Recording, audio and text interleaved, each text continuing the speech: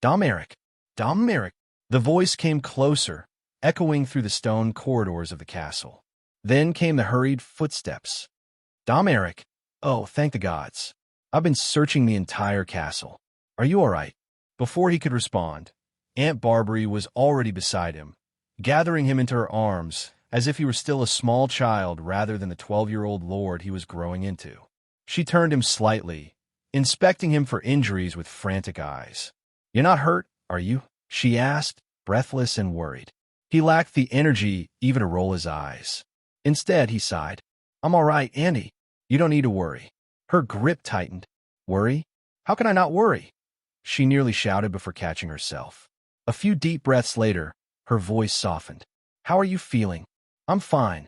It was a reflexive answer, a trained response. But she didn't buy it. She just stared at him, patient and knowing. Eventually, he relented with another sigh. Well, not fine, I guess. How could he be? It wasn't every day your own half-brother tried to kill you. That boy, she said, venom creeping in her voice like frost over glass. Where is he now? Domeric shook his head. He was too tired for this conversation, too hollow inside to fan any flames. He just wanted silence. Stillness. He's gone, he said simply. Gone? As in gone? No, gone to the wall. I sent him with a few of my guards. He didn't mention the curse. The subtle, silent, killing curse he had woven into Ramsay's soul. One that would end him within a year. It was clean, quiet, and best of all, it meant he would not be labeled a kinslayer, which would stain his name in the eyes of lords and small folk alike. He had read Ramsay's mind before casting the curse. There had been no hope there. Only rot. A crueler, more erratic version of Roose Bolton. The world, and especially his lands, would be better off. Are you sure that was the right move? She asked hesitantly. Something in Domeric snapped. I don't care if it was right, he said, voice sharp and cold. It's done. I made the decision. I won't explain it, and I don't want to talk about it. He turned away, eyes falling on the array of Valyrian steel fragments spread across the floor. He sat down, deliberately focused on the shimmering relics of a bygone age. Behind him, he heard a long sigh, and then felt her sit down beside him. Moments later, she wrapped him in a tight, warm embrace. I'm sorry, she whispered. I know I worry too much. It's just, you're all I have left of my sister. She didn't need to say more. They both knew the unspoken truth. She had long since come to see him as the son she never had. They sat in silence for a while, wrapped in unspoken comfort, until she changed the subject. That's a lot of Valyrian steel, she said, eyes glancing over the collection. Where did you even get all this? He exhaled slowly. Most of it came from the royal treasury and the citadel. The rest I acquired from magisters across Essos. And what are you planning to do with it? Forge a sword, he replied. A true one. There's enough here for a long blade. Since I've begun training as a magic swordsman, I need a weapon that can channel magic properly. His latest level 3 blue reward had been a book titled Path of a Warlock, a detailed manual on becoming a battle mage, from novice to master. It described combat styles like magic swordsman, magic lancer, and more. It even included methods to craft battle foci, tools that enhanced magical casting in the heat of battle. He planned to forge his sword as such a focus. He didn't expect to replicate anything like Godric Gryffindor's blade. That would be arrogance, but he could still create a weapon that served his craft. Aunt Barbrey chuckled. Others would kill to possess a Valyrian blade for the prestige. And here you are, treating it like a training tool. You've already surpassed most swordsmen I've seen, she added. You still can't best Varco, Raxa, Ser Jaime, Ser Barristan, or the Mountain, but that's only because your body hasn't caught up with your skill. If you want, I can arrange duels across Westeros. Talented squires, pages, even heirs. Build your legend the old way. He shook his head. I'd rather invest in my lands and my people than wander the realm chasing applause. When the time is right, I'll join a tourney. And when I do, they'll remember my name. She opened her mouth to argue, then closed it. Maybe she sensed how drained he was. After a pause, she asked, Have you thought of a name for the sword? He considered it. Yes, he had. Excalibur, he said at last. She blinked. That's a strange name for a sword. What does it mean? It means protection, he answered simply. He had once thought of naming it Lily, for his mother.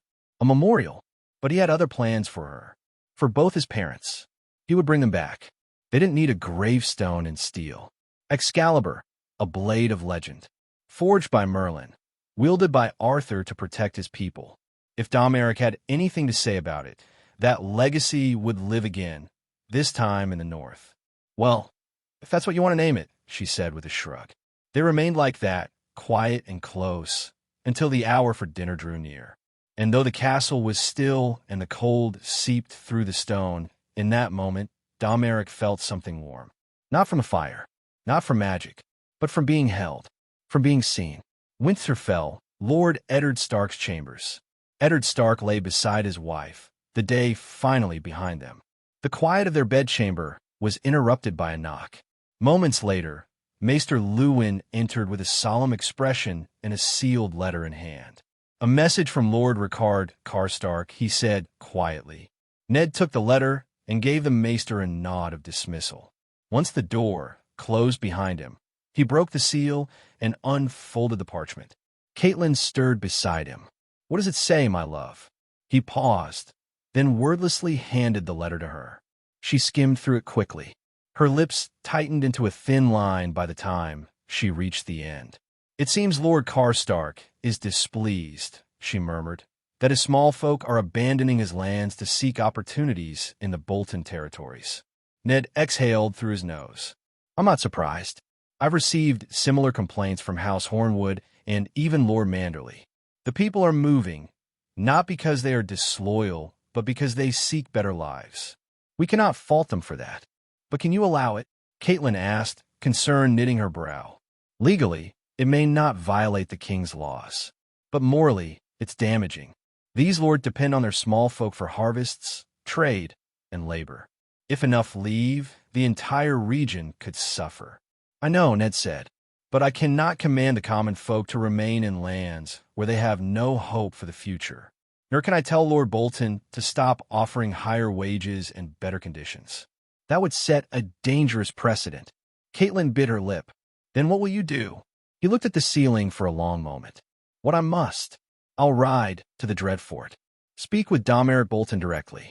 This cannot be solved through ravens and parchment. If this continues, the northern lords will turn on one another. And I will not have civil war brew in the north while winter creeps closer. The Dreadfort, solar of Domeric Bolton. Domeric sat alone in his solar, staring at the tattoo on his hand, the symbol of the Deathly Hallows glowing faintly as it prepared to replenish its magic once again.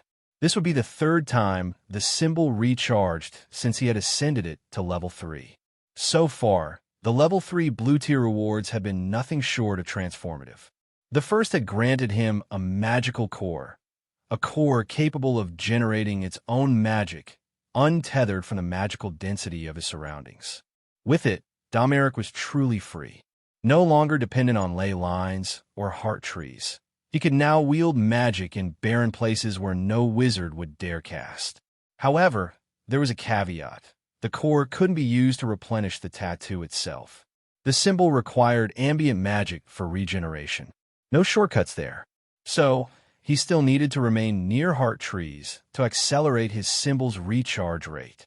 At least the core could restore Merlin's sapphire, his soul-bound magical reserve. That alone made it a priceless gift. His second reward, Path of the Warlock, had proven just as valuable. It contained comprehensive knowledge on battle-focused magic disciplines, magical swordsmanship, magical lancing, and the crafting of weapon-based foci. Before this, Demeric's attempts at becoming a magic swordsman had plateaued. Sword and wand in tandem could only take him so far. He had even tried using Valyrian steel as a conduit for spells. The results had been underwhelming. While Valyrian steel held enchantments, it lacked the structure to serve as a wizard's foci. It wasn't designed to channel spell matrices. It was simply forged to hold enchantments and endure. Path of the Warlock had changed that. With this knowledge, he could now create proper foci weapons, finely attuned to his casting. Now his tattoo pulsed with light, The moment of reward had come. Closing his eyes, Domeric sent his consciousness into the endless void. The infinite expanse stretched before him, shimmering spheres of blue, green, and gold drifting through the dark. He briefly browsed the level 1 and 2 rewards. There were a few tempting options: a nearly complete herbology compendium, a spellbook of warding charms, but nothing compared to what a level 3 orb could offer. He focused on a particular blue orb, and it drifted toward him, humming with power. As his fingers brushed its surface, knowledge flowed into his mind like liquid fire. His eyes snapped open. A magical suitcase, like Newt Scamander's suitcase from his past life. Not just enchanted storage, but a self-contained, life-sustaining environment. One that could support flora and fauna within an isolated pocket dimension. A grin broke across his face. He'd read about such constructs in Conqueror of Space. But crafting one required rare materials that barely existed in this world. He had scoured the corners of Essos and Westeros and had only found fragments, perhaps 10% of what was needed. But now he had one: a mobile base, a secret sanctuary, a research lab, a nursery for my dragons. Yes, he could raise his dragons there safely, assuming, of course, he could figure out how to hatch the eggs. One step at a time, he reminded himself.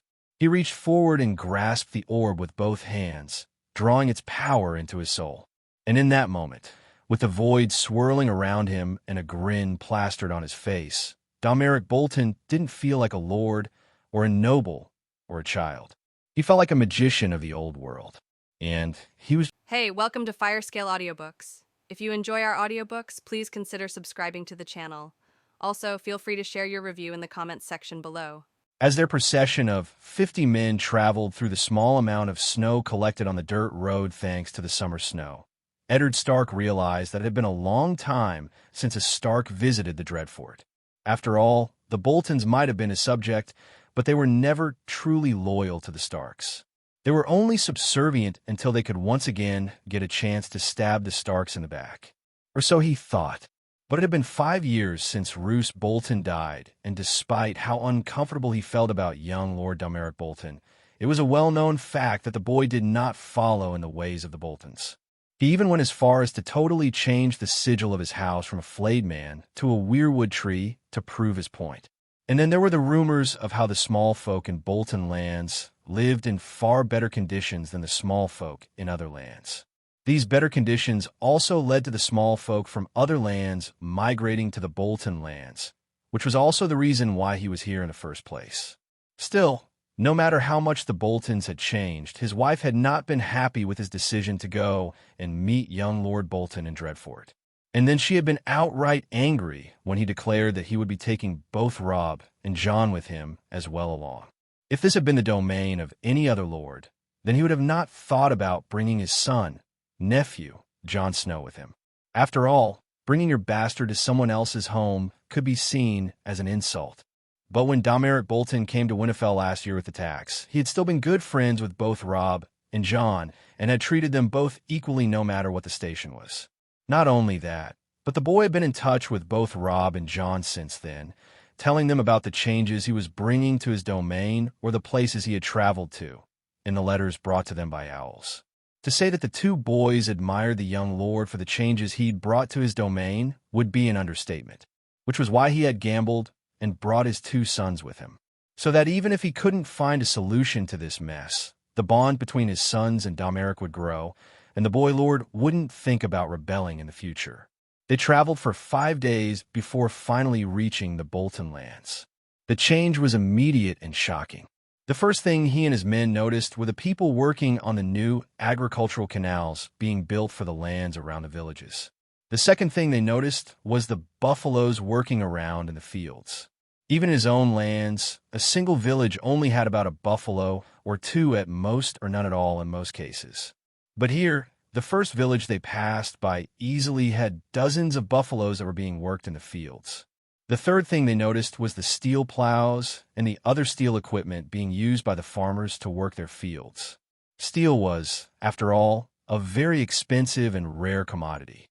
So, seeing simple farmers having so much steel, and using it for simple farming pained his heart. After all, even since he was a child, he had learned that steel was a valuable commodity and was supposed to be used wisely. If this had been any other lord who had given such good steel to his small folk, he would have thought them to be fools.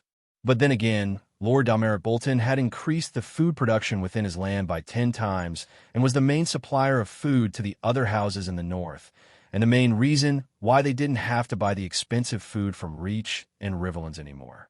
So, he knew that Lord Bolton was not a fool, and he didn't have any place to complain. The fourth thing they quickly noticed was the horsemen traveling down the roads at regular intervals. Upon asking, he found that they were a new army regiment called Police Force found Lord Bolton for the protection of his lands and small folk from bandits. Understandable. Considering how expensive steel was, he did not doubt that the other lesser lords would have already tried to steal it from the small folk a few times.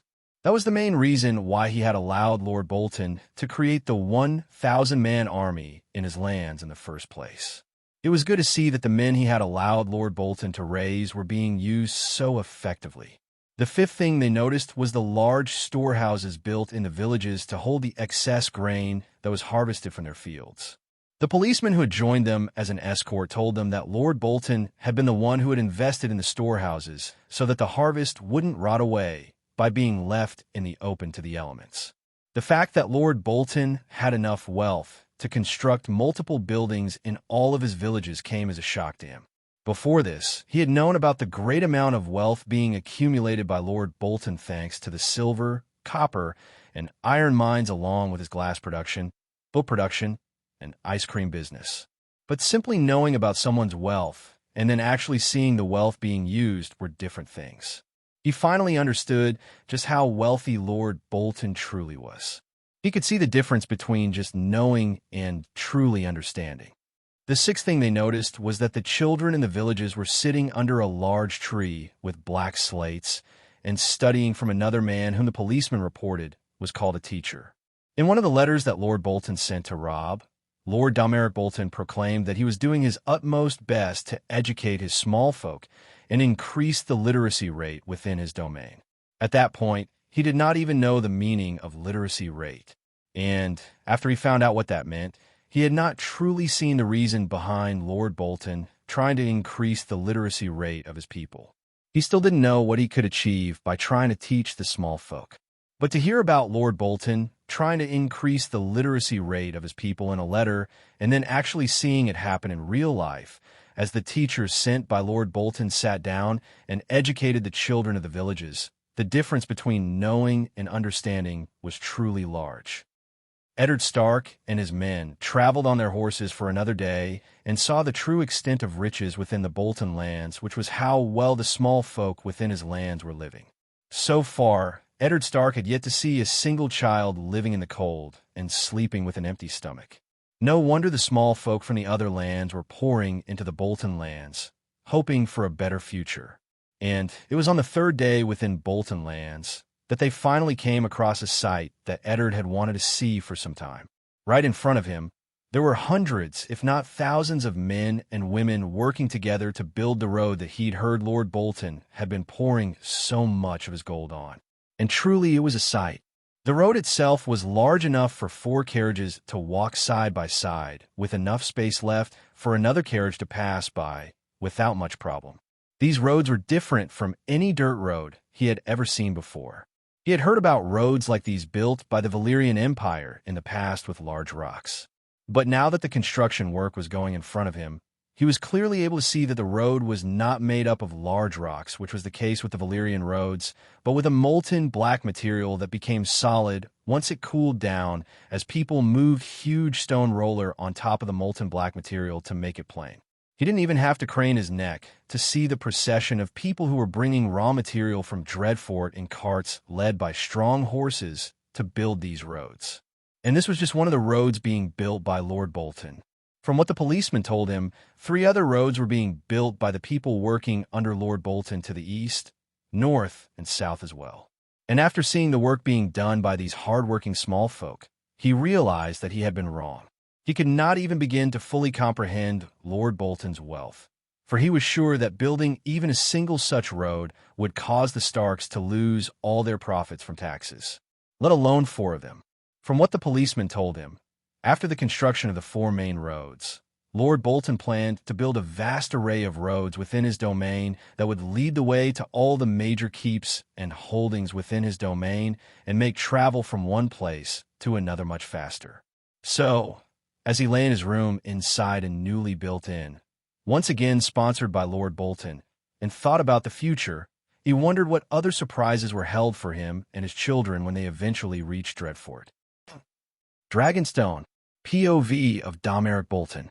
How are the preparations going, Lyra? Domeric asked while looking at Lyra, his spy mistress, from his magical mirror. Everything going according to schedule, my lord. But are you sure about using owls for this? I am afraid that some people will try to steal them. Don't worry about it. I already took some precautions for that. Also, we won't use owls at the beginning. Wait for 3 months after the first release. Then we will use owls, a luxury delivery option for newspapers, until everyone gets used to seeing owls flying around. We will start from our city and port town. Bookstores will be the main distributor and sale point for newspapers. 6 months later, we will start selling newspapers at our other bookstores in the south and Essos. This was Demeric's latest project, newspapers. He knew that there were very few small folk that could read in his lands, but at least castle folk, merchants, most of his soldiers, and some small folk still could read. And that was enough for him to start a newspaper project. His main purpose in this project wasn't to start a business that could bring him more money. He wanted to control information flow, first in his lands and later in the south and Essos. He already had bookstores in all important cities and towns at Westeros and Essos, and these bookstores also were his spies' headquarters. With the help of magical mirrors, he could send information from one bookstore to another instantly and publish this info in his next morning's newspaper in any way he wanted. Of course, every city's and town's newspaper would be slightly different. They would look like they were printed in these settlements' bookstores, but in reality, they would be printed in his printing workshop at Dreadfort and sent to other bookstores via transport cabins. These cabins were like vanishing cabins from his past life. But transport cabins could only transport non-living beings. He created them not long ago with the knowledge he got from the book called Conqueror of Space. He also wanted to start his messenger owl business for a while, but didn't have a good opportunity. But with this newspaper project, he got the perfect one.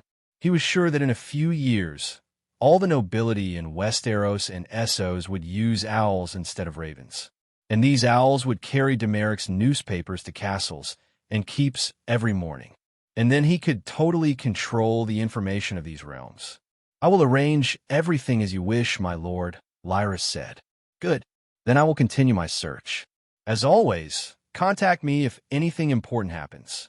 Yes, my lord. I will. By then, mirror off, Domeric said, and Lyra's face disappeared from the mirror. He put his mirror back into his bottomless pouch and continued his search for dragon eggs.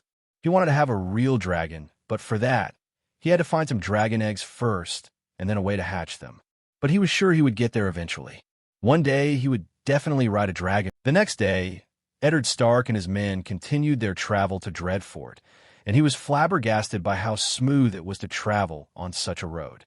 Carts and horse carriages especially had a far easier time on these concrete roads than on dirt paths. Traveling through the straight road, it took them only 2 more days of journey before they finally reached Dreadfort. And every single person within his party was shocked by the fact that the whole castle was surrounded by a canopy of weirwood trees, giving it an ethereal feeling. As he looked at the red-leaf trees, he started to wonder if the rumors about Lord Domeric Bolton being blessed by the old gods were something more than mere rumors. After all, weirwood trees were one of the rarest trees in the whole north. Not to forget the fact that every weirwood tree takes decades, if not centuries, to reach maturity and can live for thousands of years. There is also the fact that the wood of weirwood tree was perhaps the most sought-after wood in Westeros, if not in the whole world. By just selling the wood from some of the trees surrounding Dreadfort, Lord Domeric Bolton could gain enough wealth to raise another Dreadfort castle beside the original one. Of course, because of the fact that heart trees were made up of weirwood trees, the trees were considered sacred in the north, and no one would even think about cutting the trees up for some more gold dragons. After gaping at the weirwood trees surrounding Dreadfort for a long and embarrassing moment, he came out of his shock and took notice of the lands surrounding Dreadfort.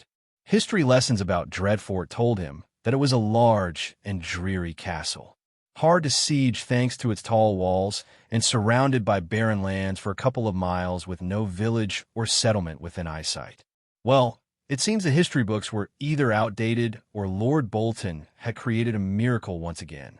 Instead of empty and barren land, the Dreadfort was surrounded by a small bustling town that was still growing in size if the numerous workers and the pre-built road were anything to go by.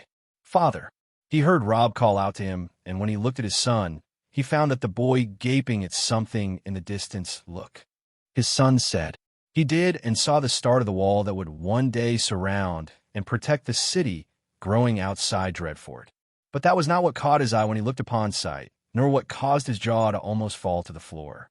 No, it was the dozen or so giants and the 4 mammoths pulling heavy weights and helping the builders in building the wall that had caught his attention.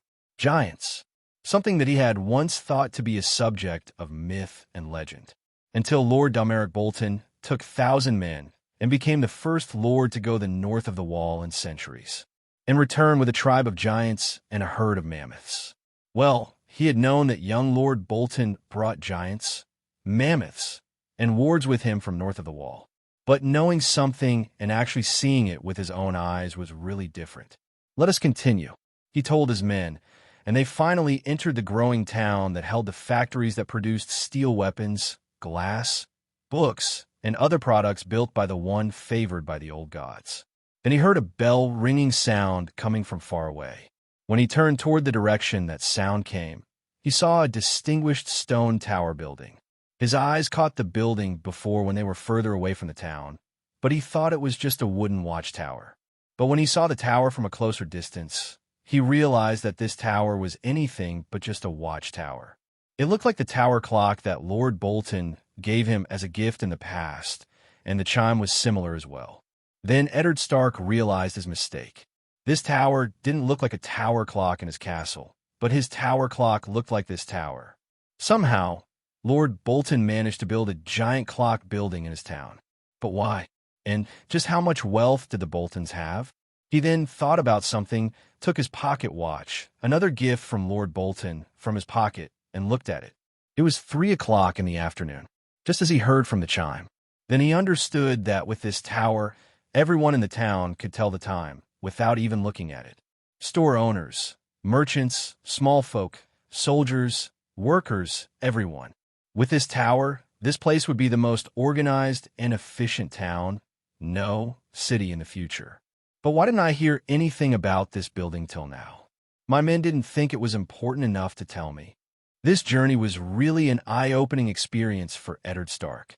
As they came closer to Dreadfort and the canopy of trees surrounding the castle, he finally saw something that once again shocked him to the core. Because the trees that he had thought were simple weirwood trees had faces carved onto their trunks, making them the heart trees that he had been taught to worship since childhood. But there's been no new heart tree since the first men chased the children of the forest from the north. Does that mean that Lord Bolton carved the faces on his own?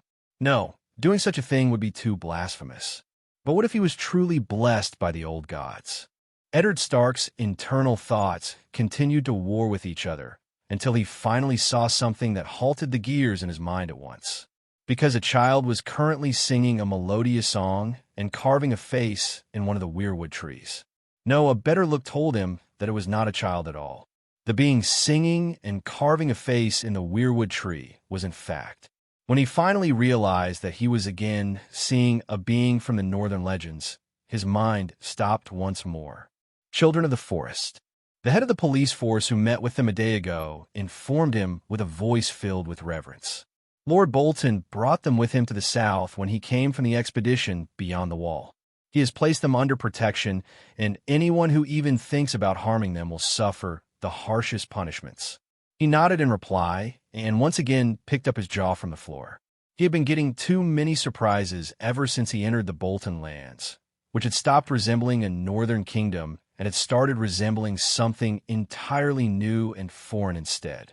When he was about to continue once again, The portcullis of Dreadfort lowered. He had not even known that there was a moat surrounding Dreadfort, and a group of horsemen came out from inside the castle. The group was being led by a woman whom he instantly recognized as Lady Barbrey Dustin. Following the lady were two bodyguards, one of whom was large enough to equal the mountain in size. The other woman was much shorter in stature, but was riding a dire wolf the size of a horse. Following them were dozens of horsemen armed to the teeth in what he could only assume was a blatant display of power. And if they were trying to intimidate him with their blatant power display, he was slightly ashamed to admit that it worked. The horsemen following the woman were armed in far better armor than any of his own men possessed, not to mention that they also seemed far better trained and disciplined. In fact, his trusted and loyal guards looked like mere small folk playing at being a knight in comparison to them. But all of this was not what worried him the most. What worried him the most was the fact that Lord Domeric Bolton himself had not come out to greet him. This was either a blatant insult to him or Lord Domeric Bolton was currently not present in Dreadfort. He dearly hoped that it was the latter. After seeing wealth and prosperity along with the presence of giants and children of the forest in the Bolton lands, he had no wish to conflict with Lord Bolton, because by this point he was sure that if the Boltons and their allies decided to rebel against the North, then the Starks might still prevail, but it would be at a very high cost. Lord Stark, Lady Barbrey spoke as soon as the group arrived in front of him, and even from this distance, he could see the revulsion and hate in the eyes of Lady Barbrey when she looked at him and his men. He was slightly grateful for the fact that her hate did not extend to his children. Lady Barbrey, he nodded. You're a long way from home, she said, and the men behind him bristled in anger at the breach of decorum. Any other lord of the North should have bowed to him and offered him their hospitality. But considering the history between them, he could understand. The saying, "Hell hath no fury like a woman scorned," held true for Lady Barbrey. But not only had she been scorned when his elder brother took her maidenhead, but then proceeded to break his promise to her when he was betrothed to someone else. When his elder brother died, he took her husband to war and didn't even come back with his ashes. Yes, Lady Barbrey had very good reasons to hate the Starks, and as it was now, he could do nothing but shoulder her hate on his own. Indeed, he replied with a calm nod. I receive a lot of complaint from your neighbor lords, and came here to mediate on your behalf. With that said, I don't see Lord Bolton here. Lord Bolton went to Bravos for some business 2 moons ago. Your unannounced visit caught us off guard, she said with some reluctance. He thought about what to say next, but he was never the brightest when it came to diplomacy, and for once, he found himself at a loss for anything to say. How should a warden be supposed to react when his own lords bar him entry from their castles? Especially when the lord doing so is one of his strongest and wealthiest vassals.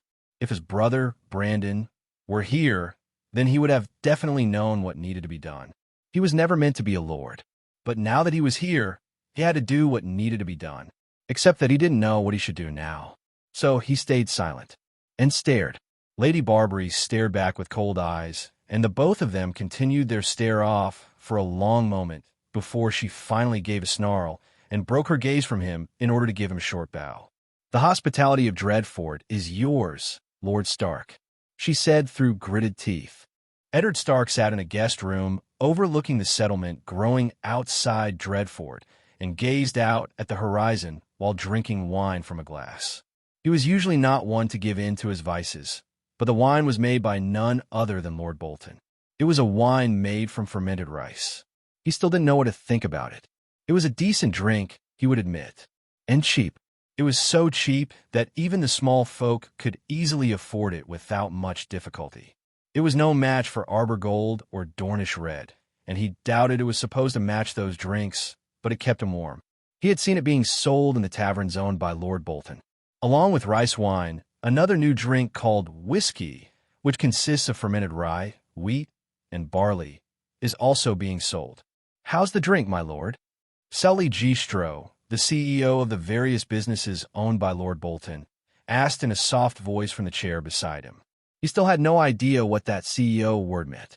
It's more than good enough for the small amount of copper that has been paid for it, he replied diplomatically. Huh, and wasn't that a joke? He Eddard Stark was being diplomatic. Well, let not be said that he didn't try. A wise answer, Sully said with a small smile. I do not doubt that you heard the term wine and started comparing it to the vintage made by the red wines. But in truth, this particular vintage and whiskey are much easier to make. So easier to make, in fact, that Lord Bolton could open a small distillery in any village within his lands, and they'll be able to provide him with a steady supply of wine and whiskey after a little instruction. I see. He didn't. He had no idea why she was offering him these vintages or telling him how easy they were to make.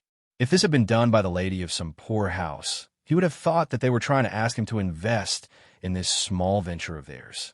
But by now, he had seen enough displays of wealth to know that the Boltons were far ahead of the Starks in terms of wealth.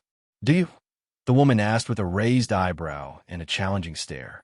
Do you really understand the significance of the presence of a wine distillery in each and every village in the Bolton lands? No, I don't, he said, going back to his usual cold bluntness. So much for diplomacy. The woman smiled once again, but it was not a condescending smile, even if it irritated him to no end.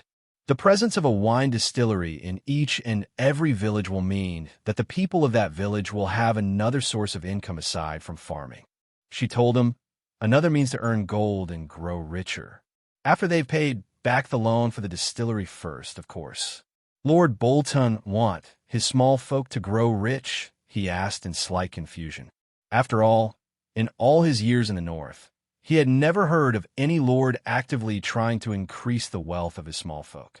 In fact, many would consider it foolish to give more power to the small folk and would do everything in their power to make sure that the small folk wouldn't rise from their status. He prefers to call them peasants, the woman replied with a soft and warm smile. Or his people. But yes, he wants his people to grow richer. In fact, he wants everyone around him to grow richer. Yet he takes away the small folk from his nearby lords. He replied, being bluntly honest once again. Tell me, Lady Sully, how does that make anyone aside from him richer? Sully simply raised an elegant eyebrow at his blunt accusation. Tell me, Lord Stark, when you hear Lord Bolton stealing small folk from the lands of nearby lords, what do you think is happening behind the scenes? Do you think Lord Bolton sends his men to kidnap the small folk from the other lands in the dark night? Or does he hold their family hostage and threaten them to come to his land? Or does he send his men from town to town and bribe them for a better future? Please tell me, Lord Stark, the lords who sent you those letters of complaint, did they ever tell you why their people left their lands, their homes, and traveled all the way to the Bolton lands? He stayed silent for a long moment, taking a sip from the glass to hide the uncertainty he was feeling over this whole mess. No, he replied in the end. Blunt honesty. Right there. Because Lord Bolton does none of those things, Sully replied. He has no reason to.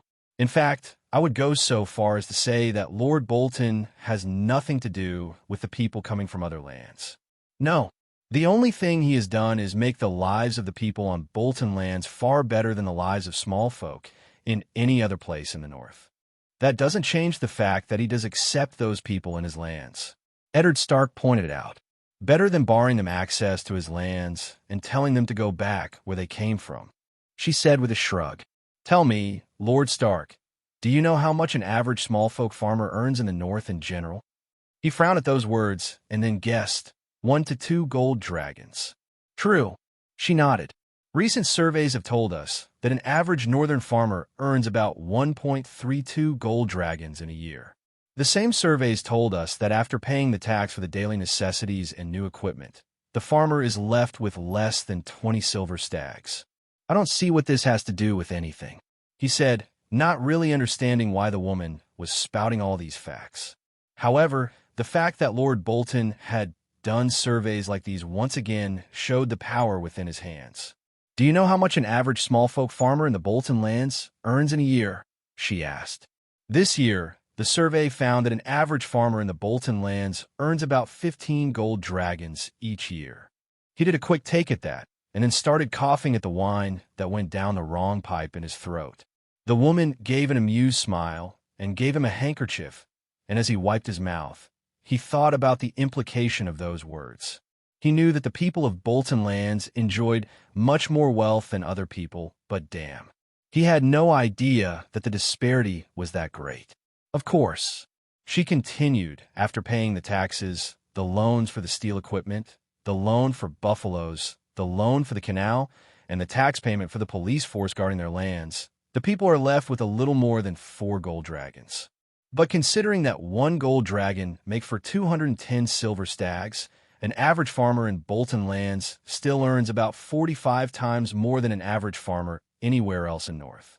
I see, he said, try to regain his bearings even as he tried and failed to understand the full impact of what had been told to him. But even if he didn't understand the full details, he did understand the point that Lady Selly was trying to make. The small folk do not travel to Bolton Lands because Lord Bolton has forced them to come to his lands, but because they see a brighter future for themselves and their children in these lands. That is good and all, but that still doesn't change the fact that the lords from the nearby lands are angry about losing their small folk, their only source of revenue, to the Boltons. That still doesn't change the fact that if this continues, then we'll have a civil war at our doors. Something that I'm trying to stop. I know, Lord Stark, she said with a smile. For this very reason, me and Lady Barbrey have decided to hold a tourney and have called for all the lords in our kingdom to come and participate. That way, all the lords would be here, and you and Lord Bolton would be free to discuss the terms with them without causing a civil war. A tourney. But isn't your lord still traveling back from Bravos? He asked. How can you spend so much gold on something without his permission? To that, the woman simply smiled a coy smile that told him that she knew something that he didn't, and found a lot of amusement in that fact. Maybe Lord Bolton had given her more control over his finances than he thought. If so, then this Lady Selly held far more power and wealth in her hand than almost any other lord in the north. A frightening prospect on its own. So far, he had thought that he was talking to a representative of Lord Bolton because Lady Barbrey herself wouldn't come and meet him. It was a good thing that he was respectful and courteous to her. The woman might not hold power in the traditional sense of lands and people, but someone who could hold a tourney costing tens of thousands of gold dragons with such ease was definitely someone supposed to be feared and treated with caution. Lord Bolton will arrive in the castle within a week, she replied, not answering his question as she got up from her chair and bowed to him. By your leave, Lord Stark. He gave her a nod, and she returned it with her own before leaving the room. Once Lady Selly had left the room, he took another sip from the glass and let out a breath that he didn't even know he had been holding. Then he got up from his chair and looked at the courtyard through the glass windows. Down in the courtyard, he could see Rob and John playing tag with the other children of their age. And were those direwolf pups? He looked around and saw Briar, the ward woman whom Lord Bolton brought back from his expedition of the north of the wall. She was sitting beside her direwolf, an intelligent creature who was paying close attention to its half-dozen pups who were playing tag with the other children. He looked at the guards on top of the walls and could see that they were not even paying any attention to this.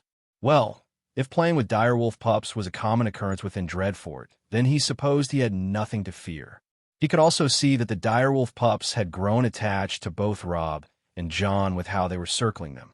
And as he looked at the carefree smile on John's face as he played with the direwolves and the other children, he realized that despite all the trouble that these lands were causing him, the Bolton Lands was not such a bad place after all. Lord Stark's abrupt arrival in Dreadfort had forced Domeric to change his plans. Unlike what the people in his small council had been told, he had not in fact gone to Bravos for some deal, but he had instead gone to Dragonstone in search of any dragon eggs that might still survive in some hidden underground vault or at the crack of the volcano where the dragons once used to live. The search had been long and had him for many days and a good deal of magical exhaustion before he finally stumbled upon a hidden cave some distance from Dragonstone Castle, which led him to an underground vault that held a few 100,000 gold dragons, books, treasures, and 3 dragon eggs. He didn't care about the gold coins as much as he did for the dragon eggs, though still he took everything in the cave and put it inside his magical suitcase. Adding to the dragon eggs that he'd previously stolen from the rich magisters of the various cities in Essos, he now had a grand total of 7 large dragon eggs in his possession. 7 dragon eggs that his magical sense told him were not as dead as people thought them to be due to their petrified nature. He just needed to find the right ritual to perform, and then, well, he would have dragons. But for now, he needed to return to Dreadfort and deal with Lord Stark, as well as the lords in his nearby lands who had been whining about losing their precious small folk to him. Well, despite her dislike for the man, his aunt had told him that their situation was indeed a delicate one. And without the calming presence of Lord Stark, it was likely that a civil war would erupt if the small folk continued to flow to his lands. This was why he had held a meeting with his small council via a magical mirror, and they had decided to hold a tourney to call all the lords from the north. This way, he wouldn't have to run from castle to castle in order to make deals with his neighbors to soothe any ruffled feathers, and would be able to deal with them all at once. So he did not need to waste any more time on them than absolutely necessary. With that said, he took his suitcase, and his suitcase vanished, turned another tattoo on his body, and faded slowly after that. Till now, every magical object he got from the symbol of Deathly Hallows was a soul-bound item. And just like his other soul-bound items, his magical suitcase also could turn a tattoo on his body. It was really convenient for him to bring his magical items anywhere he went without attracting attention. The internal structure of his magical suitcase wasn't a small world-type structure as he wished. But he knew that if it was a small world-type magical suitcase, it wouldn't be just a level 3 reward. Still, his magical suitcase's internal structure, albeit being an enclosed area, was as big as a soccer stadium from his past life. For now, it was enough for needs. Probably he couldn't raise a dragon until it was fully grown inside his suitcase, but it could still spend its first period of growth there. It might be an enclosed structure and not a small world, but still, it was a magical structure. Air ventilation, illumination, magic density, and many more details that were needed to sustain life were all covered by magic. These were the main reasons why magical suitcases were much more difficult to make than other spatial items. Someone could easily expand the internal structure of a tent with a few charms, but it wasn't easy to do that in an independent, enclosed internal structure that was stable and could sustain life. And because of that, he still couldn't make a magical suitcase for himself and had to rely on his reward from the symbol. To make a new magical suitcase or improve the current one, he needed to find magical materials that would help him to increase the stability of spatial structures and some supporting materials. But the problem was that this world had far fewer magical ingredients than the old world. However, he still had hope. There were a lot of places in this world he still didn't visit, and with time he would explore those lands and find new materials.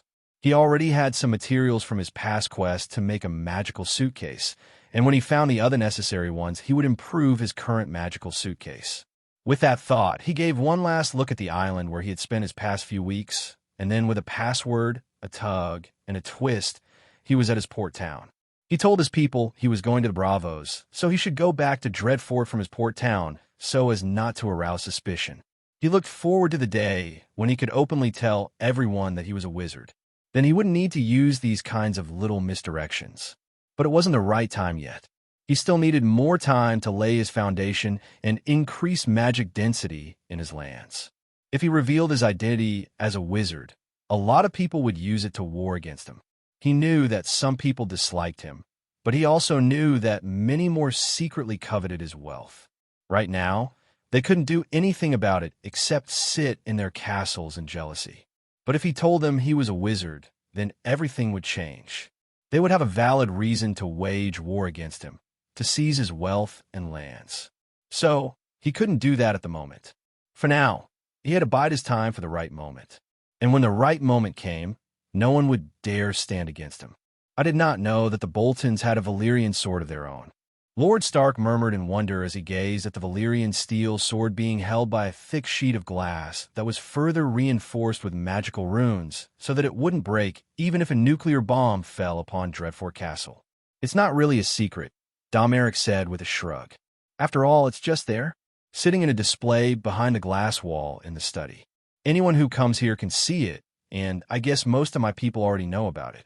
It's a wonder the news about it has not already spread throughout Westeros." Of course, this wasn't the real Valyrian sword of Domeric. He carried the real one with him. This one was just a transfigured replica for display purposes. Does it have a name? Lord Stark asked. Excalibur, he said with a nod. Named after a legendary sword in history. Lord Stark raised an eyebrow at that, probably because he didn't know the legend Domeric was talking about, but didn't comment on his words. Today's main subject was something else, and looks like Lord Stark didn't want to move on to other topics. A long silence ensued between the two of them as Domeric gazed outside the window at the people working in the town down below, while Lord Stark gazed at the newly built Valyrian sword replica, although he didn't know that it was a replica. Have you thought about what you're going to do for this whole mess? Lord Stark asked in a tired voice after a long moment, breaking the silence between them. Yeah, I have, Domeric said, turning to look at the Lord who was gazing intensely at him now. And you have a solution to solve this civil unrest? Lord Stark asked. He shrugged in reply. First thing first, I think we can both agree on the fact that none of this is the fault of House Bolton. The people who came to live in my lands, the people whom I welcomed with open arms did so because they saw a better life for themselves and their children in my lands. And despite how the lords of these lands might treat their subjects, the truth remains that the small folk are not our slaves. They're free people and are free to do with lives as they please. Lord Stark reluctantly nodded at his words and was about to open his mouth before he cut him off.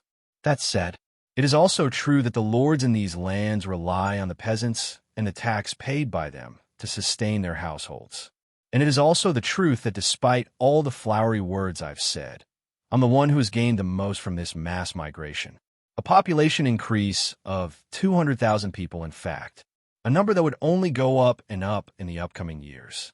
He himself had been shocked to hear that in the past 2 years, the amount of people living in his lands had grown by 25% thanks to the immigrants from other lands who came to his lands for more work and better life. Well, this was his plan from the beginning.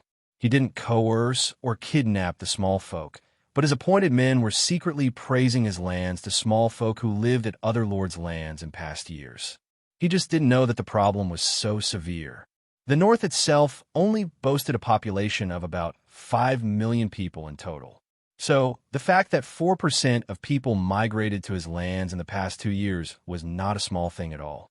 In hindsight, he should have noticed that such a large number of people flocking to his lands for the work and gold he was offering would definitely cause some friction. Oh well, spilled milk and all that. So here is what I suggest. He said, I'm willing to pay 10 times the amount of wealth that a peasant family pays in tax in a year to all the lords who had lost their small folk to me in the past 2 years. That is, Lord Stark said, looking at him suspiciously.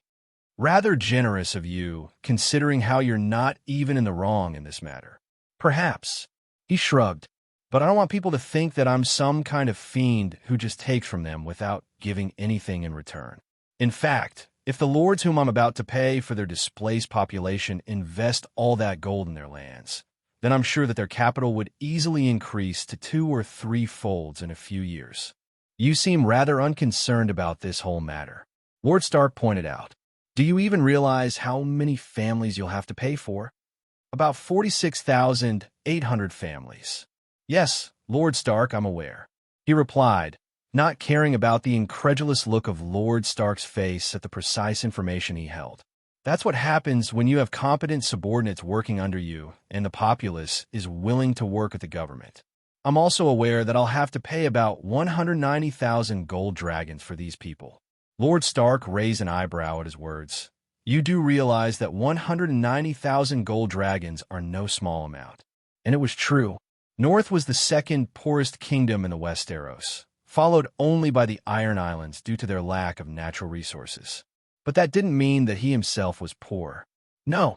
In fact, he was sure that by this point his house could be counted among one of the richest houses in Westeros, followed only by House Lannister, Tyrell, Hightower, Martell, and Redwynes due to their long history. The fact that he was richer than House Arryn, Stark, Baratheon, Tully, and Greyjoy, all of whom were the High Lords of their kingdoms, spoke for itself. Still, appearances needed to be kept. I know, Lord Stark. He nodded, but it is not a very large amount either. And I would rather pay for the people whom I've indirectly taken into my lands and see an end to this mess rather than surround myself with neighbors who hate my guts. When Lord Stark was about to say something, they heard a knock at the door. Both of them frowned at the interruption as the door opened an inch, and Maester Wolkin peeked inside the room. "My lord, Lady Barbrey sent me to inform you that Lord Rickard Karstark and his men have arrived for the tourney." "Lord Karstark is here, isn't he? Then send one of the sewer cleaners to escort him out of my lands." "My lord, that would be seen as a huge insult. Lord Karstark would not let such disrespect go without any retaliation." "Disrespect, huh? Good enough for an old fossil that I don't respect at all," he mumbled. "My lord." Maester Wolkin hesitated a little, but still continued. "Lady Barbrey said that if you don't arrive to welcome the lord within 5 minutes, then she'll come here on her own to ask you politely to come with you." He grimaced at the maester's words and glared at Lord Stark, who started chuckling at the maester's words. "Very well, then." He nodded grudgingly before a feral smile took place on his face. "Call for all the wargs, giants, and the entire horse riders around Dreadfort. Tell Briar to call for the entire direwolf pack as well. Lord Karstark wants a welcome, doesn't he? I'll give him such a proper welcome that he won't dare to come to my lands ever again."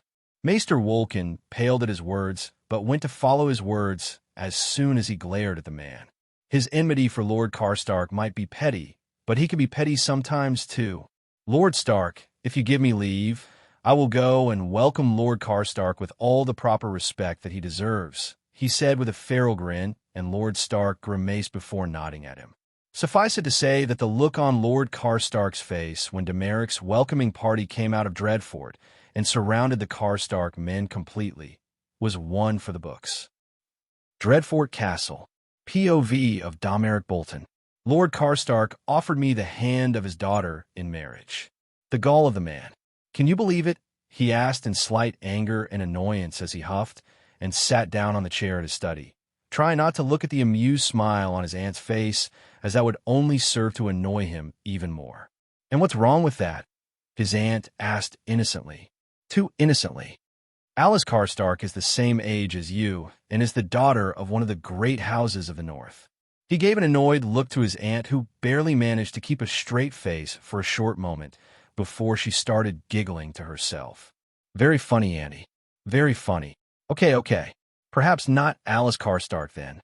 Her smile dimmed, and her expression turned a little serious. "But that doesn't mean that you can remain a bachelor much longer. You need to think about your house and about having an heir. I'm only 13 years old, Annie," he said with a long-suffering sigh, but she was not one to be deterred by such feeble excuses. "Old enough to marry and sire a child," she said. "Dom, listen to me. Despite the great amount of progress you've brought to your lands, despite all you've done for your people, as long as you remain without an heir, the people in your lands will always feel insecure. I know that you want to enjoy your freedom for a while longer, but you have to stop thinking about yourself and start thinking about your people." He let out a sigh at her words. "That was a cheap shot, Auntie," he mumbled to her. She knew how much he cared for his people and was not above using it to manipulate that fact to help him. "So, will you think about it? There are still about 3 years until the non-marriage contract's expiration date between us and Starks, but we can always speed things up.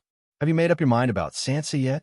Although you especially stayed away from her when she was Dreadfort, she paid attention to his studies here diligently," she said, and he sighed once again and felt himself slide down on his chair in an inelegant display.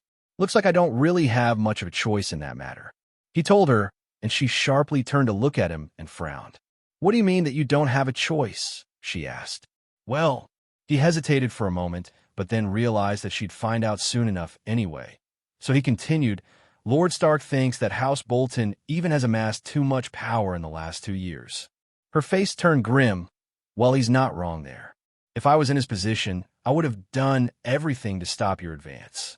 Maybe even try to assassinate you if the opportunity arose. Though I have a feeling that he still doesn't understand the true scope of your powers." He gave her a deadpan gaze, and she just shrugged. "Well, the point is, Lady Catelyn Stark has convinced Lord Stark that he couldn't leave such a powerful vassal all alone anymore, without having official familial ties to them. Even if we have already signed a non-marriage contract till the next betrothal negotiation in about 3 years. Domeric said, "How dare she?" and the lioness roared. That Tully bitch. Lady Barbrey hissed as her face contorted in rage. How dare she think that she could just take your hand in marriage without even consulting us when we have already signed a contract? The Starks can do it, he told her bluntly. Well, they technically can't force the marriage on me. But as things stand, if Lord Stark decided to betroth his daughter to me and I refused, then all relation and trust that I've built with the Starks over the years will crumble down to dust. And that would create huge civil unrest in the North and eventually lead to a civil war. Something that I have no intention of causing. That doesn't make what they're doing right. She told him, and he smiled helplessly at her. They're desperate. He might not show it, but I could see the worry and fear hidden deeply in Lord Stark's eyes whenever he looked at how much richer our lands are and how well-disciplined and trained our men are. Plus, I might not like this forced betrothal, but that doesn't mean that I can't make use of it. And how are you going to make use of it? His aunt asked. By getting betrothed to her, of course. He said with a cheerful smile, and his aunt gazed at him in shock before she shook her head and gave him an annoyed look.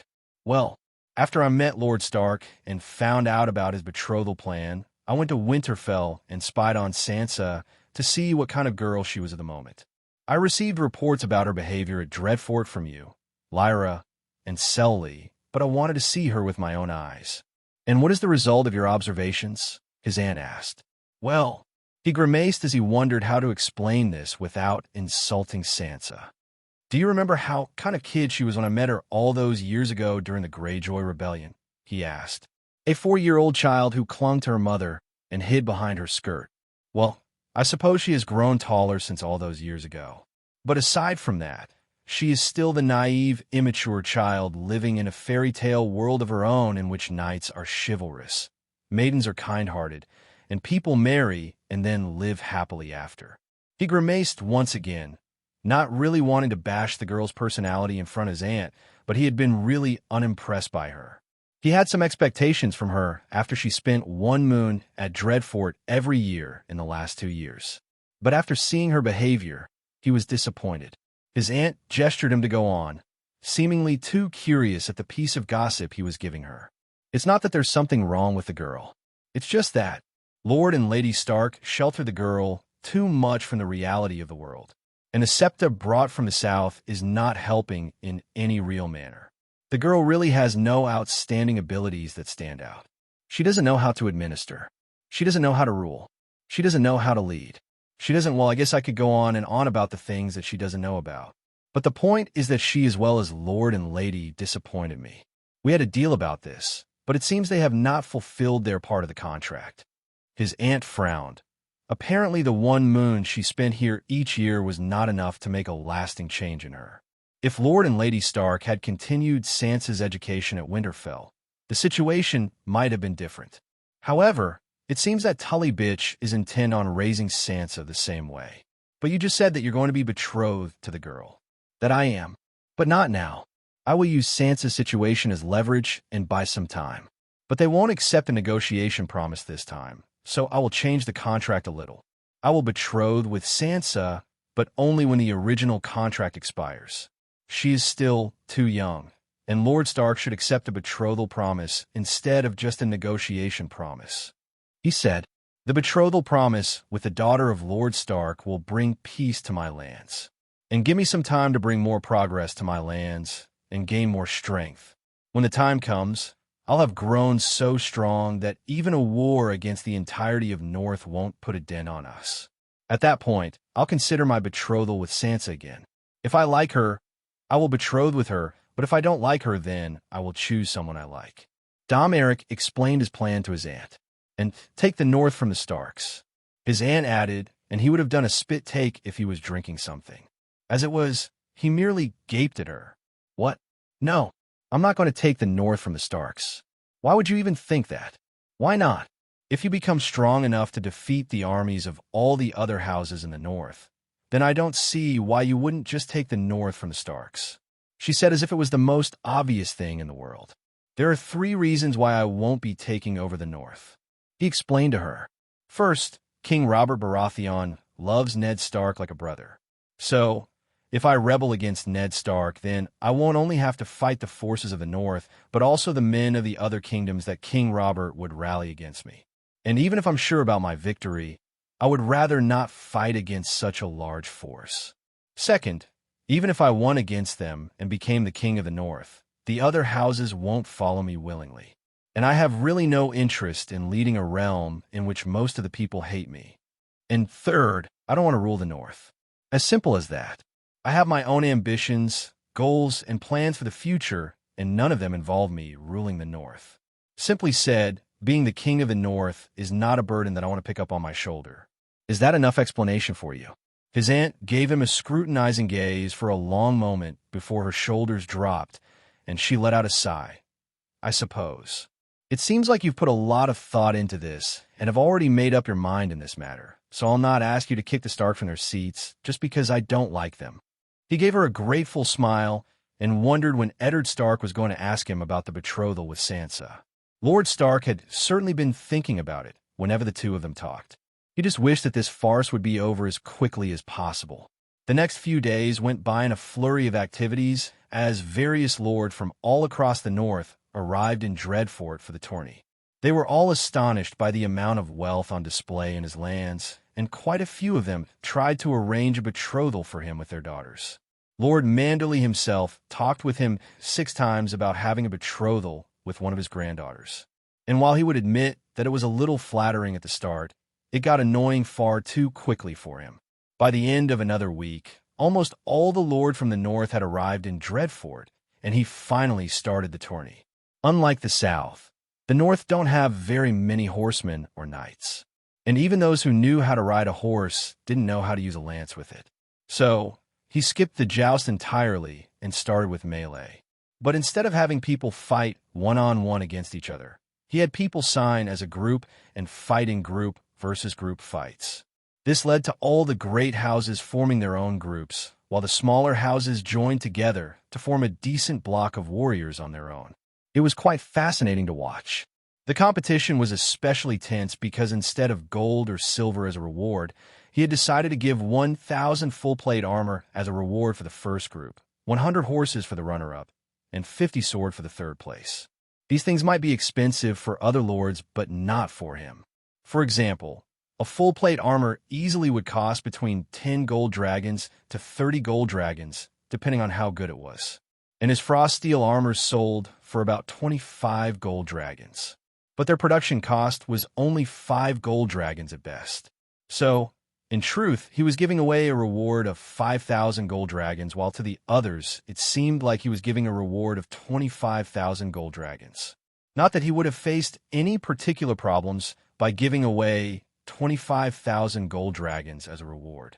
But years of living near poverty under the Dursleys taught him to save money, so he had the habit of trying to save wealth whenever he could get away with it. Other than the melee, there were other individual and group competitions as well. The group section of Tug of War became especially famous as the other lords like Grey John Umber, Rickard Karstark, and Lord Ned Stark himself descended on the field to lead their teams in this show of strength. Lord Grey John Umber became even more pumped when Domera told them that the winner would get to take part in a tug of war against a single giant. The whole tourney lasted for a whole week, and there was a festive atmosphere in his domain during that whole time. Of course, he had to import some whores from the brothels to serve as tavern waitresses and maids during this week, as he would have been pissed if some lordling tried to paw at the women working in his castle, just because they were small folk and no cares about them. Regardless of the precautions his subordinates had taken, he still increased the number of Bolton guards in Dreadfort by 3 times and the police force in the outside town by 5 times to maintain order. 13 men were sent to Night's Watch during this time because they tried to rape the women in the town. Of course, all of them were caught before the act could happen, thanks to all the precautions he had taken in place. Some lords grumbled about him sending their men to the wall when the rape didn't even take place. He did not neglect to deal them a new blow with his own counterarguments. He might have made a few enemies among the small lords, but the other lords got his message clear enough and started to rein in their men after that. No one wanted to be humiliated by their own host in front of the whole North. Lord Stark seemed especially proud of him for protecting his people with such fervor. The other matter of importance was the number of spies that tried to infiltrate the town and Dreadfort during this week. Thankfully, he had already created and completed the equivalent of the Marauder map for his lands along with the intense sensing capabilities. With its help, his spy Mistress Lyra was able to rout out each and all the spies sent to spy on him by Varys, Littlefinger, the Queen, Tywin Lannister, Olenna Tyrell, Braavosi merchants, Myrish merchants, Pentoshi merchants, etc. His men from the interrogation department captured those spies in the dead of night, interrogated them during the night, and sent them packing to the wall by morning. Lord Jorah Mormont was especially happy with all the new recruits. He had sent them this time with the bi-yearly support items of food, gold, and clothes. Dom Eric also had to make time to meet with all the lords of the greater houses one by one to set up business proposals with them and make them aware of the things they could accomplish with his support. He was glad that he had people like his aunt, Selly, and a host of other competent subordinates who were able to keep the castle and the whole tournament running without him having to worry about it. He did not doubt that he would be truly lost if he didn't have these people working under him. By the end of the tourney, the Boltons won the melee as well as the archery contest thanks to the presence of his two sworn shields, Varco and Raxa. Raxa had especially earned a great reputation in the north thanks to her Herculean strength. It had been more than a little awkward for him when Lord Greyjohn Umber asked him for her hand in marriage to one of his sons. He had declined, of course. Despite her strength and her own growing maturity, Raxa was still a young and naive little girl at heart, and he might not admit it out loud, but had grown quite fond of her over the years, treating her like a little sister rather than his sworn shield more often than not. The archery contest, on the other hand, had been won by none other than his friend Ygritte. However, he would have to admit that she cheated a bit by using the enchanted bow that he had granted to her. But even the bow would not work without being used by a very competent archer, so he let it slide. It had been more than a little amusing to find that both Robb Stark and Jon Snow had developed a little crush on her, especially because she was not like the other young ladies of the North, and neither showed them the respect they deserved nor gave them the time of the day. Aside from that, the swimming competition was won by a man from Bear Island. The tug-of-war was won by Lord Greyjohn Umber and his team, though they went ahead and lost spectacularly against the giant. The running competition was won by a teenage girl who came from a nearby village. He had to take her under his own wing to make sure that other people wouldn't try to kill her and take the reward from her. The drinking competition was once again won by Lord Greyjohn Umber and his team, though the Mormonts came a close second, and both teams had to nurse a splitting headache the very next day. There were a few other competitions that were won by various other people and teams. But all good things had to end, so with the end of the prize distribution, he declared the end of the tourney, something that he proclaimed he would hold every 2 years in his lands on this very day. The announcement was met with cheers from everyone, and with that, the tourney officially ended. By the end of the day, he and Lord Stark held a meeting with the lords who had lost their small folk to the grand migration that took place when people started coming to his land for work and a better life. Lord Stark had impressed him by quickly taking control of the meeting and explaining the points that he had already discussed with the Lord before the meeting. When Lord Stark told them that Dom Eric was willing to compensate for the displaced small folk, some of the greedier lords tried to bargain so that they would get more out of the deal, but a single scathing and disappointed look from Lord Stark put them in their place. By the end of the meeting, he was 200,000 gold dragons poorer, but the issue had been solved once and for all. The next day, all the lords from all over the north started to trickle out of the town, and by the end of the day, Dreadfort and its town were once again bereft of all the lords and ladies who had come to the tourney. Despite the annoying nature of some of them, he felt that the Dreadfort seemed emptier in their absence. Of course, Lord Stark had still not left Dreadfort, and both of them knew that the time to talk about the betrothal had finally arrived. Dreadfort Castle, POV of Dom Eric Bolton. I do not want to be betrothed to your daughter, Dom Eric told the man to his face. Lord Stark gaped at his direct refusal as Dom Eric quickly went on to explain. It is not that there is anything wrong with your daughter. In fact, from what I'd heard of Sansa from Robb and Jon, she is growing up to be a splendid woman with a kind and gentle disposition. The problem, in fact, lies with me. Lord Stark's frown softened slightly, though his posture remained stiff. Explain. Well, I don't know how well you'll take it. But the truth of the matter is that when I marry, I do not want to do it out of some social or political obligation. When I eventually marry, something that I don't plan to do anytime soon, I want to do it for love. Lord Stark continued to give him the look for a good few moments before he finally let out a sigh as his shoulders slumped and he nodded. I understand. The Lord said, it's just that. I know, he said, cutting off the Lord mid-sentence. Huh, came the elegant response. I said, I understand the reason why you want to betroth your daughter to me. He said softly. The Bolton lands have prospered a lot since I took the position as the head of the house after the untimely death of my father, Roose Bolton. I understand that under my guidance, the house has grown and prospered to the point that my house has become a major threat to the House Stark.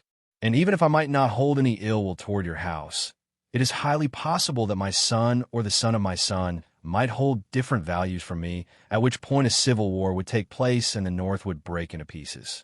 As the Warden of the North, you cannot allow such a thing to happen. He stopped speaking for a moment and looked pensively at Lord Stark before he continued.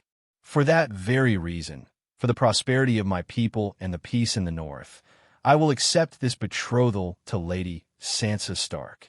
Lord Stark looked surprised and happy at his declaration, but before Lord Stark could open his mouth to speak, he raised a hand to stop him and continued. But I have conditions, and the official betrothal will have to wait till the contract we did before expired. When the contract time is fulfilled, there will be no negotiation but a direct betrothal. Lord Stark's face turned solemn once again, and the man nodded at him to continue. Condition number 1. If Sansa wants to marry me, she'll stop following the faith of the Seven. She'll stop learning from Septa and start following the old gods. Lord Stark frowned at his words. Is there any particular reason for it? He nodded at Lord Stark's words. Many. But the most important one is that the whole religion is corrupt to the core. I do not like it and will not tolerate the presence of someone in my house who would want me to build a sept for her so that she could spread that religion in my lands. Those Undulls destroyed every heart tree and weirwood tree in Westeros except the north, and they had almost wiped out the children of forest and giants. There was no way he would allow faith of 7 in his land. Those cultists believed that magic shouldn't exist and would do everything to destroy or kill the magical items or beings when they found one. His lands had a lot of magical items and beings, including himself. So, allowing fate of 7 into his lands meant endangering himself and other magical beings. And that was something he couldn't tolerate. Lord Stark slowly nodded at his words. It's understandable. I'll have a talk with my lady wife and see what we can do about this. Very well. Condition number 2. Sansa will spend 6 months every year in Dreadfort until she is betrothed to me. If she wants to be my wife, then she needs to understand my lands and my people before everything else. 1 month she spent every year in the last few years at Dreadfort clearly wasn't enough for her. Lord Stark nodded, and he continued. Condition number 3. She'll stop wasting her time on lessons in music, poetry, singing, dancing, embroidery, and other such traditional activities. If I wanted to marry a singer, I would marry a bard. If I wanted to marry someone who could do embroidery, I would have married a seamstress. If I wanted someone beautiful to marry, then I would have married a Lysini whore. No, if she wants to be my wife and rule beside me, then she'll learn things like administration, accounting, horse riding, negotiating skills, diplomatic skills, etc. In fact, I'll send 2 of my very best maesters to see to her education. She can still learn those traditional activities, but they will not be in her main learning lessons. Lord Stark grimaced at his harsh words. These are a lot of conditions. No, he shook his head. These are the bare minimum of what your daughter needs to do if she wants to be my wife. If I'm sacrificing my happiness and freedom for this marriage, then I want it to at least be worth the effort. Actually, Domeric wasn't bothered with Sansa's skills and education, except for learnings of Fate of 7 and Septa's tales about chivalry knights with their happy endings, rose-colored lives. Of course, he wanted to marry someone who was talented and could help him with his administration. But if his future wife wanted to be a traditional lady who sat in the castle and waited for him to return after a hard-working day, he was okay with that. He was forcing Sansa to learn administration and other lessons to understand the difficulties and realities of life, not to change her character. Once she abandoned her rosy outlook on life and started to look at life more realistically, she could live the life she wanted. "Is there anything else, Lord Bolton?" Lord Stark asked, and Domeric shook his head. "No, that'll be all, Lord Stark." "Very well," Lord Stark said and got up from his chair. "I need to think about it and talk about this with my lady wife. Rest assured, I'll give you an answer by the end of the month." Outside of Dreadfort Castle, POV of Domeric Bolton. "Here," Domeric said as he handed out a pair of direwolf pups to Lord Stark, who looked at them in surprise and trepidation. "And what am I to do with them, Lord Bolton?" Lord Stark asked while holding the two pups awkwardly. "My friend Briar told me that the pups have grown overly attached to your two boys," he said with a shrug. "She also tells me that both your boys have a little talent for warging. A talent that became even more prominent once they started living in the magically rich area of Dreadfort." Lord Stark looked a little shocked at the revelation, and Domeric continued. "Briar told me that Robb and Jon have already started getting wolf dreams and have formed a bond with the direwolves. Unfortunately, I don't have a talent in this area, but if they ever want to learn how to warg into the wolves, then you can send me a letter, and I'll send one of my more experienced wargs to teach your boys how to warg into the direwolves." Lord Stark looked rather uncomfortable by this whole revelation, but simply nodded along at his words. He smiled. "Don't worry, Lord Stark. Direwolves are one of the most loyal creatures you'll ever find, and rather intelligent in their own way. Your family will be far safer thanks to these direwolves than without them."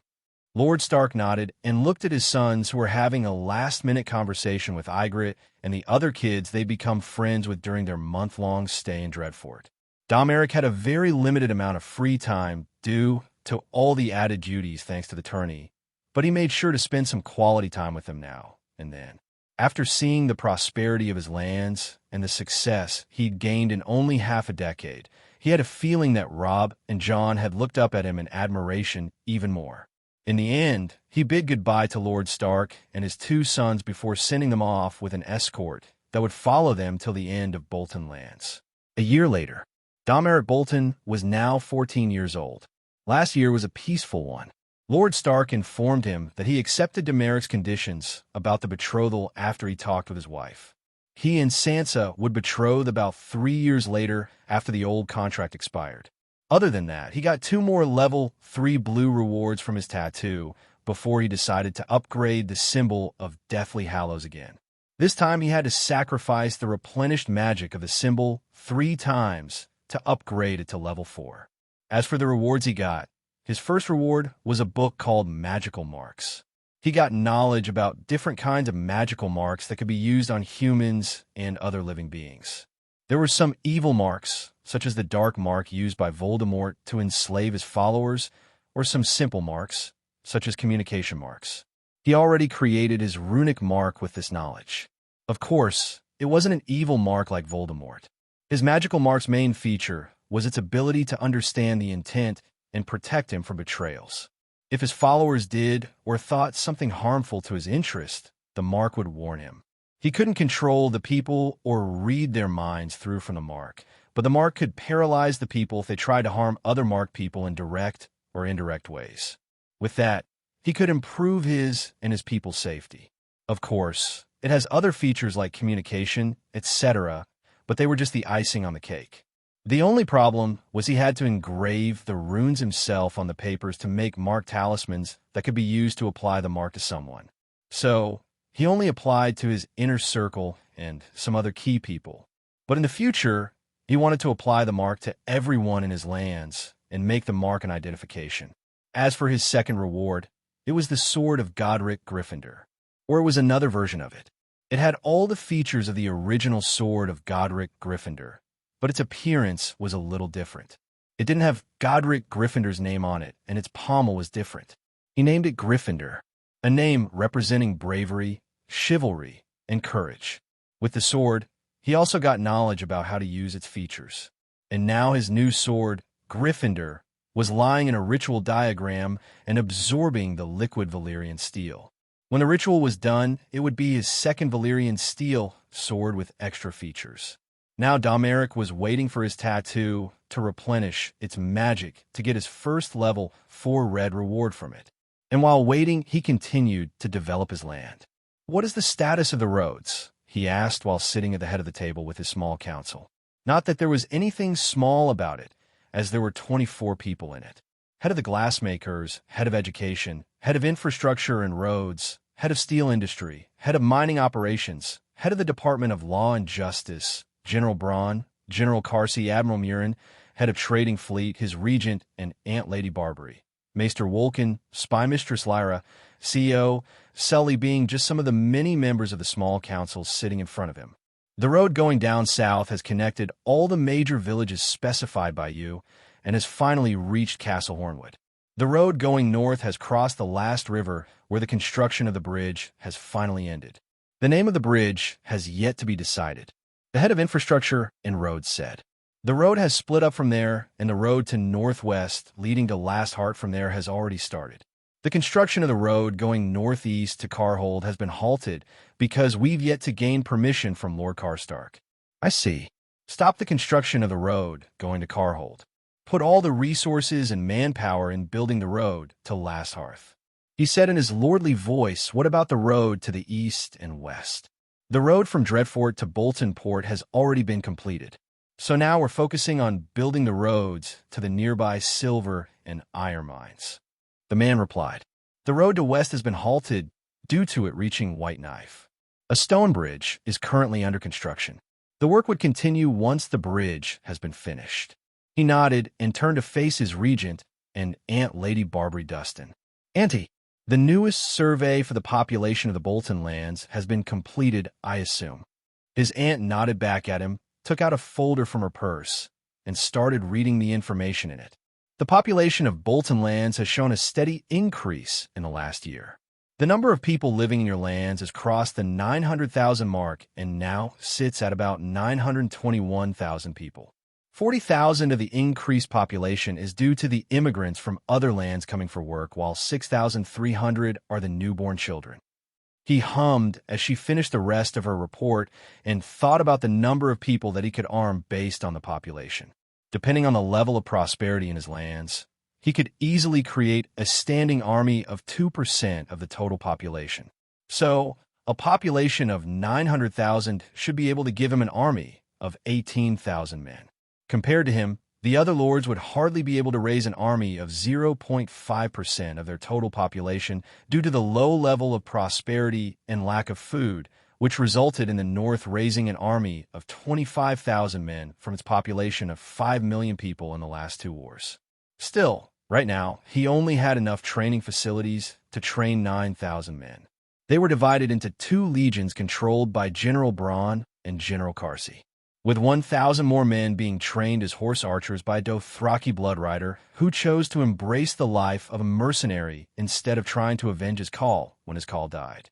The problem was that he could not make such a large standing army without scaring the crap out of the other lords in the north, which was understandable. Despite his promise of betrothal with Lady Sansa Stark, Eddard Stark still forbade him from increasing the size of his standing army once it reached 3,000 men. The fact that Lord Stark allowed him to raise an army of 3,000 men was a big surprise in itself, but he still had to hide most of his men most of the time. So, creating another legion at this point would be more counterproductive than anything. Still, there was more than one way to increase the size of his army. Varamir, he said, and the greatest ward within his ranks raised his head to look at him. How many direwolves do we have within our ranks now? He asked.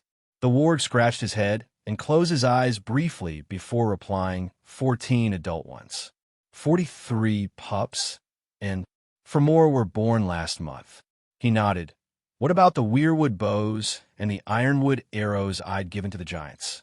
Are they working as they should? He asked. After Demeric's question, a decidedly savage grin appeared on Varamir's face, and he snarled, better. Very much better. He raised an eyebrow at that. It seems like he needed to go and see the training of the giant archers if Varamir was so impressed by them.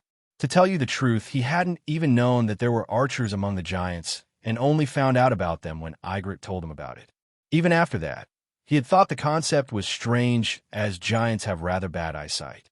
Still, he could see the merit in that idea, and thus gave a few enchanted giant-sized weirwood bows and ironwood arrows to the giants, not really knowing what to expect from them. But if Verimer's reaction was any indication, then he might gain another lethal weapon in his arsenal very soon. He nodded and turned to look at Mako, a Dothraki blood rider who chose to embrace the life of a mercenary after the death of his call, a fairly recent addition to his forces.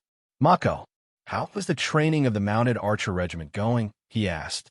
Mako stopped leering at General Carsey and frowned for a moment before replying in broken Westerosi language. Not good. Knowing that talking in the common language would take too long, he spoke in fluent Dothraki. "What is the problem?" "The problem?"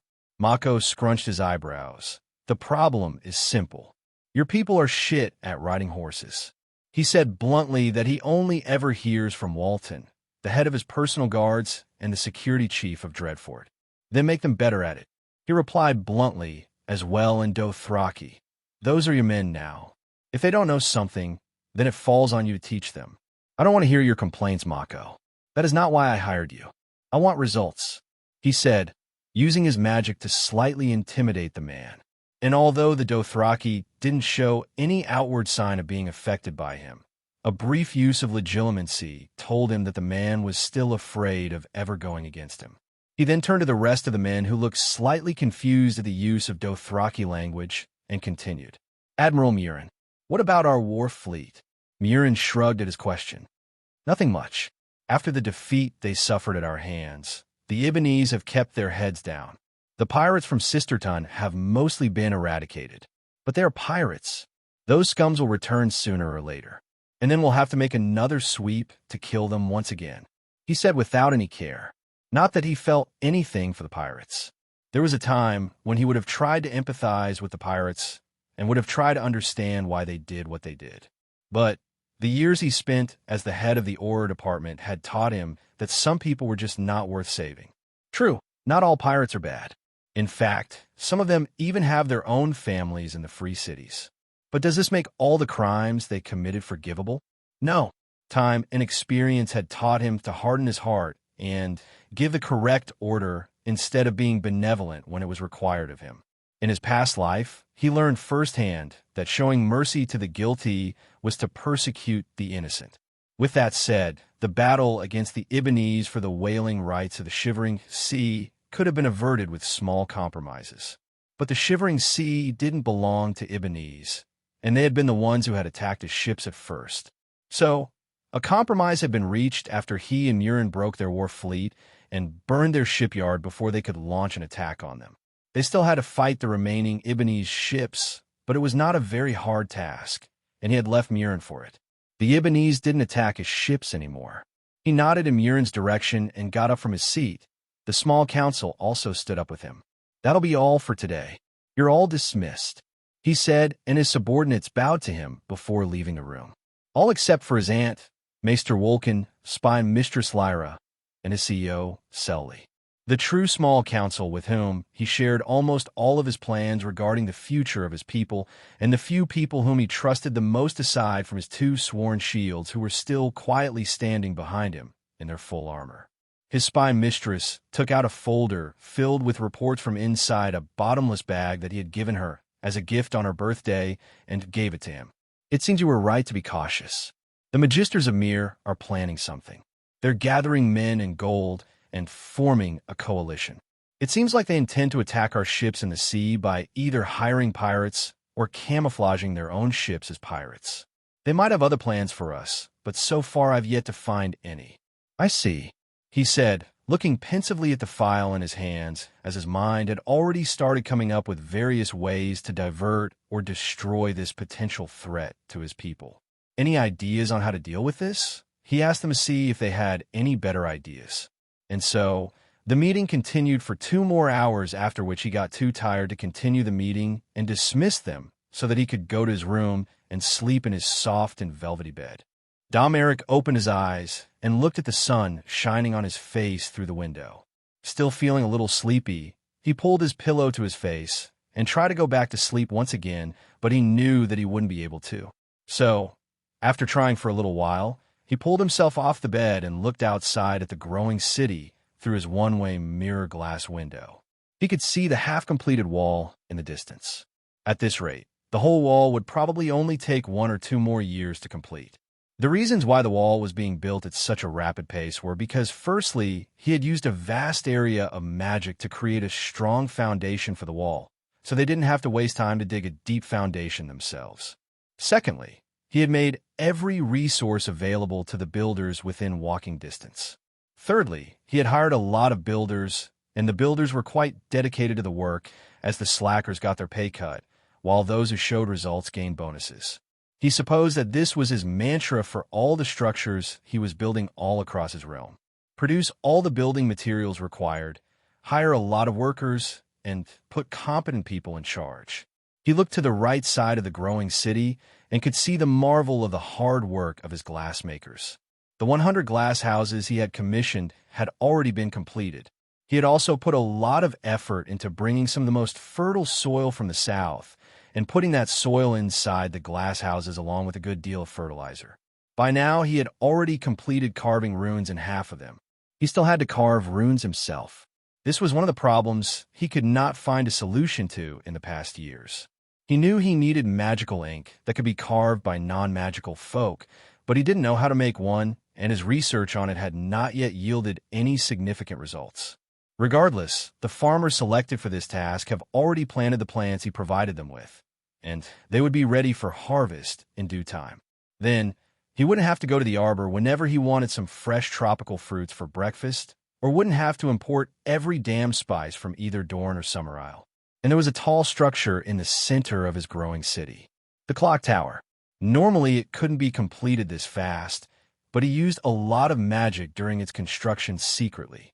Still, the main structure of the clock tower and the lookout terrace were completed, but its interior structure, which would be used as a museum, wasn't finished yet.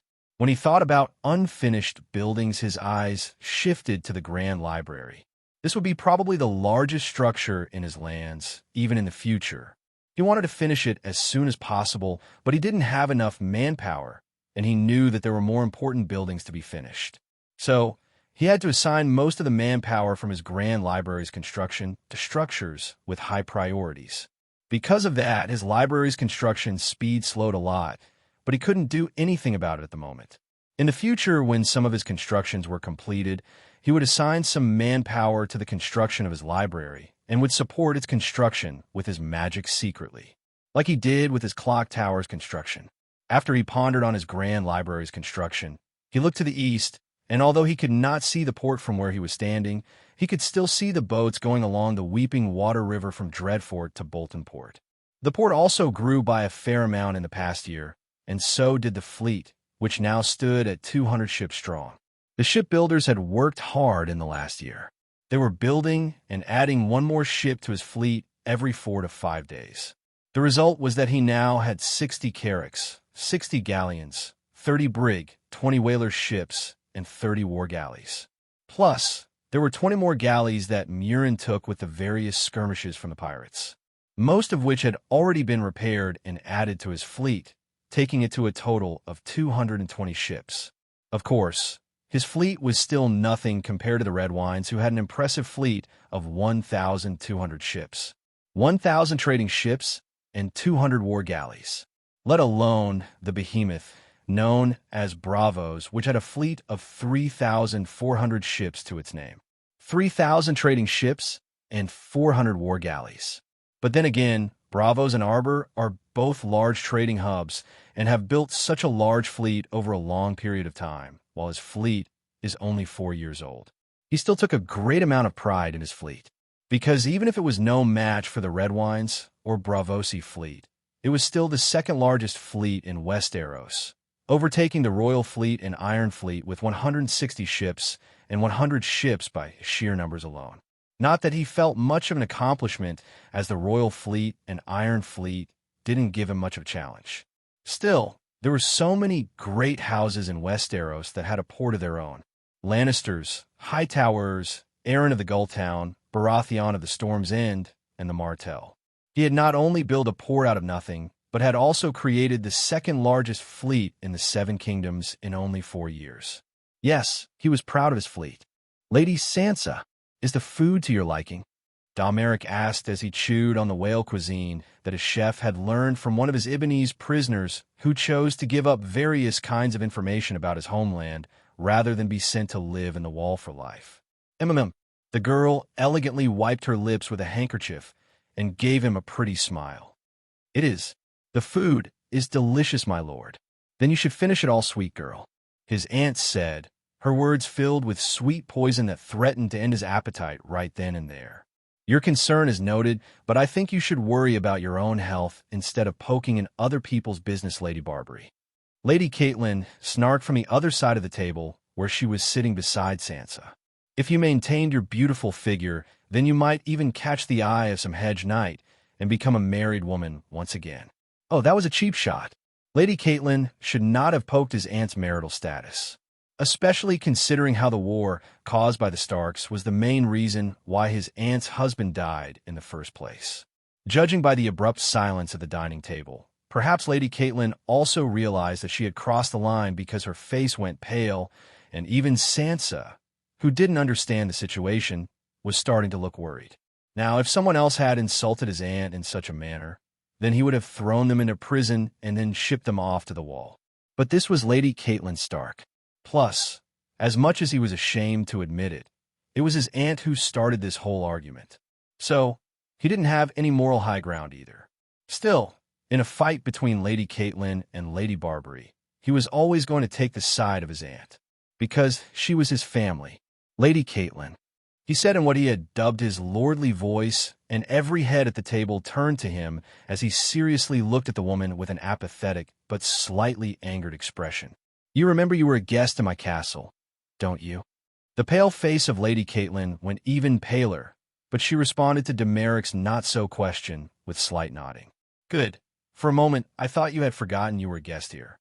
By the way, Lord Stark sent a letter to you this morning. It seems he cannot take such a long time of separation from his dear wife. The love he holds for you has moved me, and I'm willing to allow you to return to Winterfell. I feel that you should go to your husband as soon as possible. Today, in fact, I'll allow you to go and pack your bags. Sansa can stay here and continue her education. Sansa Stark still looked confused, but Lady Catelyn's expression had turned furious at the blatant way in which he was telling her to fuck off back to Winterfell. But did she really think that she would be able to live in his home and then insult his own aunt in front of him? Perhaps the idea of having Lady Catelyn spend some time here in Dreadfort was not such a good one after all. But in hindsight, when he had called for Sansa to stay here, he had really not expected that Lady Catelyn Stark would come with her. He should have guessed that this could have happened. The presence of Lady Stark changed everything, because even if his aunt was willing to tolerate the Stark children, as was shown by her disinterest toward Robb and Jon during their stay here, she had a lot of hate toward Catelyn Stark. After all, the Tullys were the main reason why Brandon Stark was not able to marry her. And with Lady Catelyn always staying close to her daughter, as if they were in a hostile territory, the hate that his aunt held for Catelyn also started extending to her daughter Sansa, who had no personality of her own and tried to emulate her mother in just about everything. His aunt and Catelyn had mixed like oil and water from the start, and any event that saw the two of them come together would be a tense one. Because of that, breakfasts and dinners had been tense affairs these past few months, but as long as they didn't cross the line, everything was all right. Except, Lady Catelyn crossed the line this time. Lady Catelyn had the right to be angry on her daughter's behalf, but she had no right to say what she did to his aunt.